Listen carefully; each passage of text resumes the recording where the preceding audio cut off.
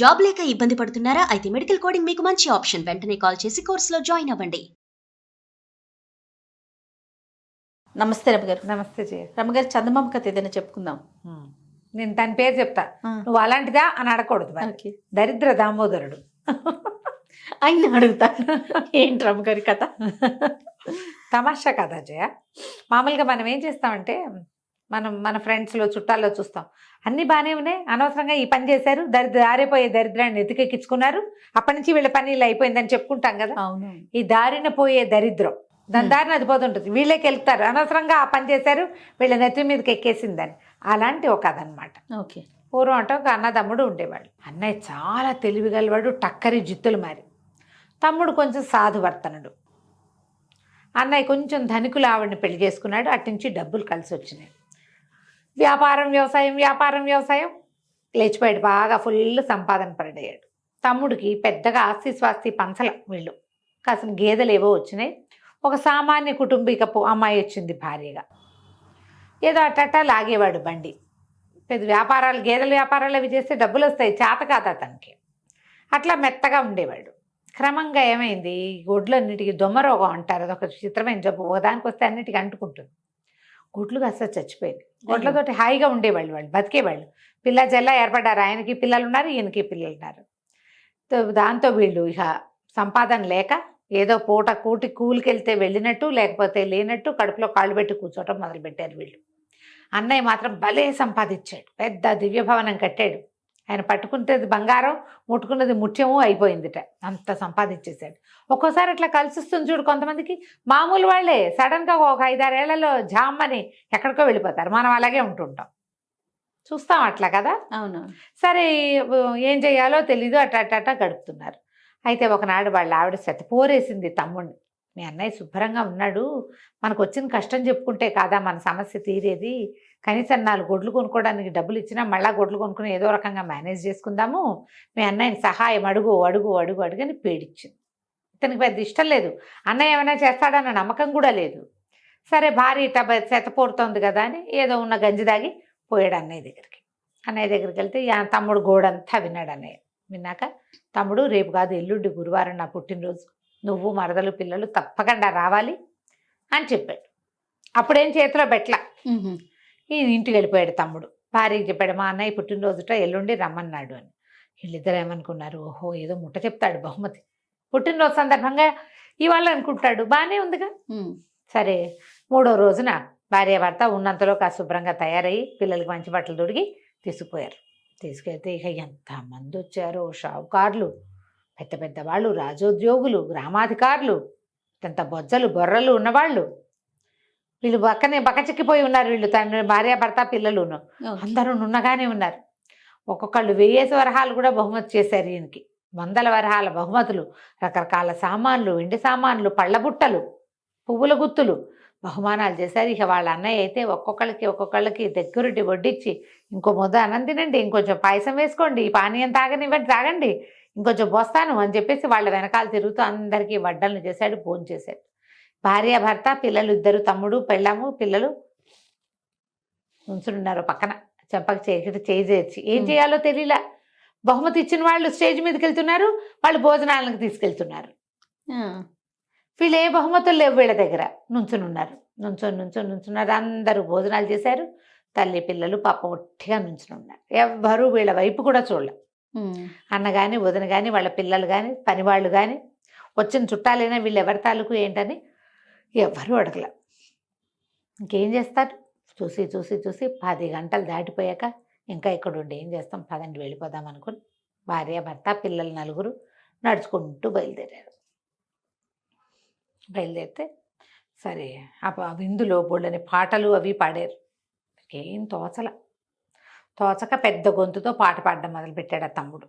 పాడుతుంటే ఎవరో గొంతు కలిపి పాడుతున్నారు. సరే, పాట ఆపేసి పెళ్ళాన్ని అడిగాడు, ఏమే నువ్వేనా నాతో పాటు పాడుతున్నావు, ఆ బేరుకోట గొంతేసుకుని అన్నాడు. అనేసరికల్లా నాది కోట గొంతేం కాదు, కోకిల గొంతేను, అయినా అక్కడ అవమానం చాలదని అక్కడ పాడిన పాటలు కూడా పాడతానా, నేనేం పాడలేదు పో. ఇంకా మళ్ళీ రాగం తీశాడు తమ్ముడు. రాగం తీస్తే ఎవరిదో గొంతు వినపడుతుంది. చూస్తే చిన్నపిల్లలు, వాళ్ళ గొంతులు కాదు. పెళ్ళాన్ని నేను పాడినంది ఆ గొంతు కూడా కాదు, ఏదో వేరే గొంతు. వెతికాడు అటు ఇటు. వెతికితే ఒక పక్కన చెట్ల వెనకాల ఒకడు కూర్చుని ఉన్నాడు. నల్లగా తమాషాగా ఉన్నాడు. ఎవరో నువ్వంటే, నేనా దరిద్ర దామోదరుణ్ణి, నీకెంతో కావాల్సిన వాడిని, నన్ను కూడా తీసుకెళ్ళి మీ ఇంటికి అన్నాడు.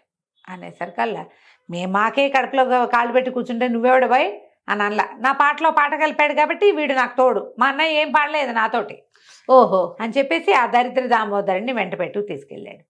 ఇంటికి వెళ్ళంగానే దామోదరుడు వెళ్తూ ఉండగానే ఏమన్నాడు, ఏమిటో ఇంటికి ఇలా ఖాళీగా వెళ్ళిపోవటం ఏమిటి, అక్కడ సారాయి కొట్టుద్ది, పద వెళ్ళి తాగొద్దాం అని చెప్పి పెళ్ళాం పిల్లల్ని ఇంటివైపు దిగవిడి చేసి వీడిని వెంటేసుకుని సారాయి కొట్టుకు తీసుకెళ్ళాడు. సారా తాగారు, ఇంటికి వచ్చారు. రోజు దామోదరుడు వీళ్ళింటోనే ఉండేవాడు. సారా తాగుదామనేవాడు, ఇలా ఇది అమ్మేసేయమనేవాడు. చెంబు తపేళ అన్నీ అమ్మేశాక భార్యకి 2 చింకి చీరలు, పిల్లలకి గోచిగుడ్డలు మిగిలినాయి వాళ్ళ ఇంట్లో. ఏమీ లేవు. తాగుబోతాను ఎక్కడొచ్చేస్తుంది? దుఃఖంతో తాగుతున్నాడు. ఏమీ లేవని దుఃఖంతో తాగితే ఏం పెట్టి తాగుతావు? అదే కదా, తాగడానికి డబ్బులు కావద్దు? ఆ డబ్బులుంటే కనీసం తినడానికైనా ఉంటాయి కదా. నువ్వు ఒక్కడివి తాగటము, వీళ్ళందరూ తింటము సమానం. ఇది తినకపోయినా సరే నేను తాగేస్తాను. తాగుపోతులు ఇలాగే కదమ్మా దరిద్రులు, ఇట్లాంటి పనులే చేస్తారు. అక్కడి నుంచి ఏమైంది, 4 రోజులు కొంతకాలం గడిచింది. ఇంకా అధ్వానం అయిపోయింది వీళ్ళ స్థితి. వీడు తాగుడికి బానిస అయిపోయాడు. వాడికి తెలుస్తోంది వీడు ప్రొవోక్ చేస్తున్నాడు నన్ను అని, కానీ వదిలించుకోలేకపోతున్నాడు.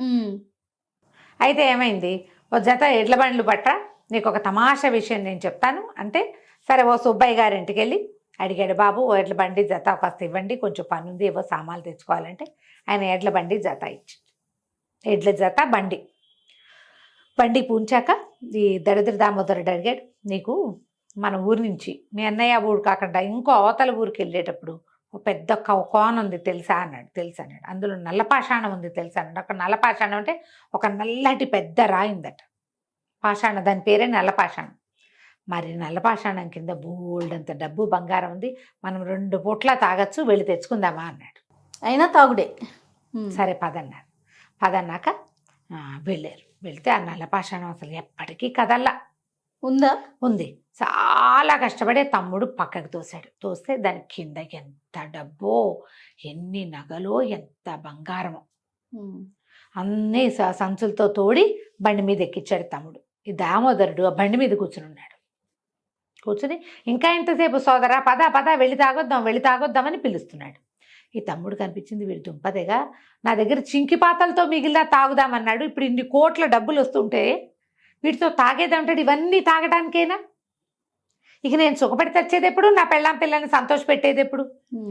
వీడిని ఇంటికి తీసుకెళ్ళకూడదు, వీడి వల్లే నాకు ఈ పరిస్థితి వచ్చింది అని చెప్పి, ఓ తమ్ముడు ఒకసారి ఇట్లా ఇంకా అడుగునేవో ఉన్నట్టునే చూడు అని దరిద్ర దామోదరుని పిలిచాడు. వాడు ఏం చేశాడు, ఇందులోకి వెళ్ళమంటావా అన్నాడు. ఇందులోకి వెళ్ళు అని ఆ నల్లపాషాణం కింద గొయ్యి ఉందిగా, ఆ గోతుల నుంచి బంగారం తీశాడు. అందులోకి వాడు వెళ్ళంగానే ఇంకా చూడు అంటూ ఈ రాయి గస్త జరిపేశాడు. ఓహో, ఆ నల్లపాషాణం కింద ఆ దరిద్ర దామోదరుడు ఇరుక్కుపోయాడు. ఇరుక్కుపోయాక వీడు బండి తోలుకుని ఇంటికి వెళ్ళిపోయాడు. తన ఇల్లు పాత చింకి పూరు గుడిసే, దాన్ని వదిలేసి అవతల శుభ్రంగా పెద్ద స్థలం కొనుక్కుని చక్కగా ఇల్లు కట్టుకుని పిల్లల్ని బళ్ళో వేసి బోళ్ళని గొడ్లు కొనుక్కుని ఓ చిన్న వ్యాపారం పెట్టుకుని హాయిగా ఉన్నాడు. కొంతకాలం అయ్యాక ఎప్పుడో 1 సంవత్సరం 2 ఏళ్లకి వీళ్ళ అన్నయ్యకి వాళ్ళ నాన్న తద్దినం ఎప్పుడో మర్చిపోయాడు, తెలుసుకుందామనిపించింది. తమ్ముడికి తెలిసి ఉంటుందని తమ్ముడి ఇంటికి వచ్చాడు. తీరా వస్తే ఆ తమ్ముడు పూరి గుడిసె ఉండాల్సిన ప్లేస్లో ఇంకోళ్ళు ఎవరిలో ఉన్నారు, తమ్ముడు లేడు. వాళ్ళని అడిగాడు, మా తమ్ముడు ఉండాలి, ఫలానా వాడు, 4 పిల్లలు, ఇట్లా బక్కగా డొక్కుగా ఉంటాడంటే, ఆయన ఇప్పుడు ఎక్కడున్నాడండి, అవతల ఏటుగట్టుని పెద్ద మేడ కట్టాడు, అక్కడికి వెళ్ళండి అన్నారు. అనేసరికి ఆశ్చర్యపోయాడు, ఏమిటి నేను పావలా ఇవ్వలేదే వాడి దగ్గర ఉన్న గుడ్డన్నీ పోయాయి, అత్తమామ దగ్గర వీడికంటే దరిద్రులు వాళ్ళేమి ఇస్తారు వీడికి, ఇస్తే నేను ఇవ్వాలి, వీడు ఎట్టా ఎక్కిపోయాడో చూద్దామని ఈ నాన్నయ్య ఆ ఇంటికి బయలుదేరాడు. మేడలోకి వెళ్ళేసరికి పిల్లలు ఆడుకుంటున్నారు, చక్కగా మంచి కలిమిగా ఇల్లు కనపడుతోంది. ఈయన తమ్ముడిని చూడబోయాడు. ఇగో మా అన్నయ్య ఇచ్చాడు, అన్నం వడ్డించని చక్కగా అన్నయ్యకి భోజనం పెట్టి షడ్రు సమేతంగా బ్రహ్మాండంగా చూసుకుని కూర్చోబెట్టుకున్నాడు. ఆ వదిన బాగుందా, వాళ్ళు బాగున్నారు, వీళ్ళు బాగున్నారు, వ్యాపారం బాగుందా అనేసరికి అన్నయ్య అన్నాడు, ఎరా ఒరే మరి నీ దగ్గర ఏమీ లేదు కదా, ఇప్పుడు ఎట్టా వచ్చినాయినా ఇవన్నీ నీకు అన్నాడు. తమ్ముడు కొంచెం కూడా మర్మం లేకుండా మొత్తం చెప్పాడు. నల్లపాషాణం కింద ఉంది డబ్బు, నేను అక్కడి నుంచి తెచ్చుకున్నా, అనేసరికల్లా ఈ అన్నయ్యకి పుట్టేసింది పురుగు. ఉమ్. నువ్వు ఇలాంటి వాళ్ళని ఎంతమందినో చూస్తాను జయ, చక్కగా కలిగి ఉంటారు శుభ్రంగా. తమ్ముడో కజిన్ బ్రదరో ఏదైనా వ్యాపారంలోనో షేర్స్లోనో వాళ్ళకి బాగా కలిసి వచ్చిందంటే ఈ బాగున్న వాళ్ళు ఇంకా బాగుందామని అందులోకి వెళ్తారు జయ, ఉన్నది కూడా పోగొట్టుకుంటారు. కాల్చుకుంటారు చేతులు. ఎంతమందిని చూస్తామో జయ ఇట్లా. మనకి షేర్స్ ఎందుకు అనుకోరు, మనకు తెలియదు కదా అని అనుకోరు కదండి. అవునవును. అనుకోరు. ఇది మన పని మనకు బాగున్నప్పుడు వాడి పని ఎందుకొని పొరపాటును కూడా అనుకోరు. అనుకోరు. పోనీ వాడితోనే కలుద్దాం అనుకోరు, నేనే అంటే పగలగొట్టేసేయాలి. వాడికన్నా ఎక్కువ వెళ్ళాలనే ఆలోచన కదా. వాడితో పాటు వెళ్ళరు, వీళ్ళు విడిగా వాడి లాంటిదే ప్రయాణం చేస్తారు. అంతే. వాడికి ఏదో సూడుండి కలిసి వచ్చింది, మనకు సూడుండదు ఉన్నా కూడా పోతాయి. అవును. ఈ అన్నయ్యకి ఇంటికి వెళ్ళేసరికల్లా అనిపించింది, ఇదేమిటి నాకంటే కోటేశ్వరుడైపోయాడే వీడు, with no time. Um, um, ఉమ్.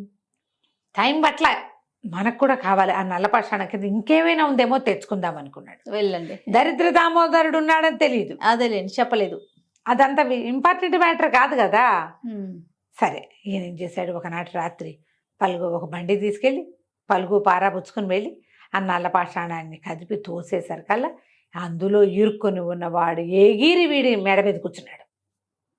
దుర్మార్గుడా, ఇంతకాలం నుంచి నన్ను ఇందులో పడదోసి వెళ్ళిపోతావా, నీ అంతు చూస్తాను, పద మీ ఇంటికి పద అన్నాడు. అనేసరికి వీడు లబలబలాడుతూ అన్నయ్య అన్నాడు, బోరు నాయన నువ్వెవరోరా, నిన్ను దీని కింద పెట్టింది మా తమ్ముడు, ఇంకేమైనా ఉందేమో చూడ్డానికి వచ్చాను నేనంటే మీ తమ్ముడైనా మీ అన్నయ్యైనా నాకు లెక్కలేదు, నాకెవడు దొరికితే వాడే లెక్క, దరిద్రానికి ఏం లెక్క అన్న తమ్ముడు, అదే కదా, దొరికిన వాడే లెక్క. నువ్వు నాకు దొరికేవు, నన్ను ఇంటికి తీసుకెళ్లాల్సిందే, నీ సంగతి నేను చూడాల్సింది అని చెప్పి ఆ మెళ్ళ మీద నుంచి దిగల జుట్టు పుచ్చుకుని స్వారీ చేస్తూ మెడ మీద నుంచి దిక్కండా వాళ్ళ ఇంటికి వెళ్ళిపోయాడు. ఇక అన్నయ్య ఆస్తంతా అమ్మించేశాడు. అన్నయ్య ఆస్తంతా అమ్మించేశాడు. అన్ని రకాల పనులు వాడు అన్నది కాదంటానికి వీల్లేదు. దరిద్రపు లక్షణం అనమాట అది. ఆ బుద్ధి అలా కర్మానుసారంగా అట్లా వెళ్ళిపోతుంటుంది, పెడతోవలు పెట్టేస్తుంది. దరిద్రంలో పడిన జీవి బయటికి రాడు. అక్కడి నుంచి అంత అయిపోయి అన్నయ్య ఏం చేశాడంటే ఒక బండి చక్రాలు చేయిస్తూ ఆ చక్రానికి శీలకి మధ్యలో వీడిని ఇరికిచ్చి చెక్కలు కొట్టేశాడు. కొట్టేసేసి తీసుకెళ్ళి సముద్రంలో పారేశాడు. వీడు మళ్ళీ రాకుండా, దరిద్రం పైకి రాకుండా ఉంటేనే బాగుంటుంది. అయితే ఓ పడవవాడెవడో ఆ వైపుకి వెళ్తూ ఆ తమాషాగా ఉన్న ఆ బండి చక్రాన్ని చూసి ఎవరైనా ఏదైనా డబ్బో దశకమో ఇందులో దాచిపెట్టి ఇట్లా ప్యాక్ చేసి ఉంటారు ఓపెన్ అని చెప్పి దాన్ని ఓపెన్ చేశాడు. వాడి నెత్తి మీదకి ఎక్కాడు. అలా అందరి నెత్తుల మీదకి దరిద్రం ఎక్కుతూనే ఉంటుంది. వదిలించుకోవాలి మనం, అంతే కదా అమ్మగారు. అంతే. ఇంకా భూలోకాల్లో దరిద్ర నారాయణుడు తిరుగుతూనే ఉన్నాడు, దరిద్ర దామోదరుడు అంతే. కట్టాడా, ఇక పట్టుకున్నాడా, వాడు వదిలిపెట్టాడు. దరిద్రం వదిలించుకోవటం ఎంత కష్టమో జయ. అది దొంగతనాలు చేయిస్తుంది, దుర్వ్యసనాలు పాలు చేస్తుంది, అబద్ధాలు చెప్పిస్తుంది, చెయ్యకూడని పనులన్నీ చేయిస్తుంది. దానివల్ల స్నేహితులు పోతారు, చుట్టాలు పోతారు, పెళ్ళాం పిల్లలు తప్పిపోతారు, మంచి అనేది పోతుంది, దైవం అనుకూలించడు, అన్నీ ఇబ్బందులే. అన్నీ ఇబ్బందులే. అలాంటివి నెత్తినెక్కకుండా చూసుకోవాలి, జాగ్రత్తగా ఉండమని చెప్తుంది కథ. అంతే. నమస్తే అండి. నమస్తే జీ.